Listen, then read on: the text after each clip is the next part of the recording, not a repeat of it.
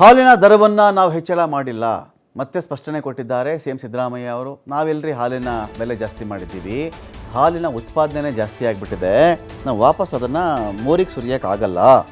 ರೈತರ ಬಳಿಯಿಂದ ನಾವು ಹಾಲು ತೊಗೊಳ್ಳಲ್ಲ ಅಂತ ಹೇಳೋಕ್ಕೂ ಬರಲ್ಲ.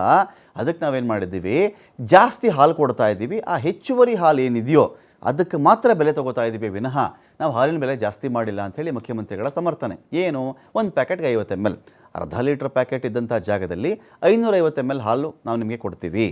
1 ಲೀಟ್ರು 1000 ml ಹಾಲನ್ನು ಒಂದು ಪ್ಯಾಕೆಟ್ ಇತ್ತಲ್ವ, ಅದಕ್ಕೆ ನಾವು 1050 ml ಕೊಡ್ತೀವಿ. ಆ 50 ml ಎಕ್ಸ್ಟ್ರಾ ಬರುತ್ತಲ್ಲ, ಎಕ್ಸ್ಟ್ರಾಗೆ ಮಾತ್ರ ಹಣ. ಈ ಎಕ್ಸ್ಟ್ರಾ ಹಾಲು ನಾವೆಲ್ಲೂ ಸುರಿಯೋಕ್ಕಾಗಲ್ಲ, ರೈತರ ಹತ್ರ ನಿರಾಕರಣೆ ಮಾಡೋಕ್ಕಾಗಲ್ಲ.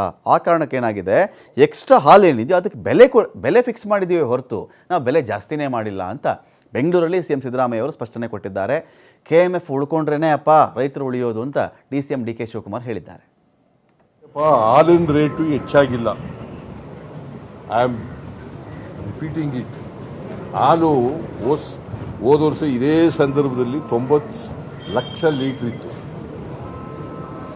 90 ಲಕ್ಷ, ಈಗ 99 ಲಕ್ಷಕ್ಕಿಂತ ಜಾಸ್ತಿ ಆಗ್ಬಿಟ್ಟದೆ.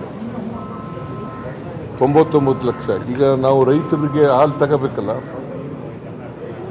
ಅವ್ರನ್ನ ಬೇಡ ಅಂತ ಹೇಳಕ್ಕಾಗಲ್ಲ. ಹಾಲು ಉತ್ಪಾದನೆ ಆಗಿದೆ, ಮಾರುಕಟ್ಟೆ ಮಾಡಬೇಕು.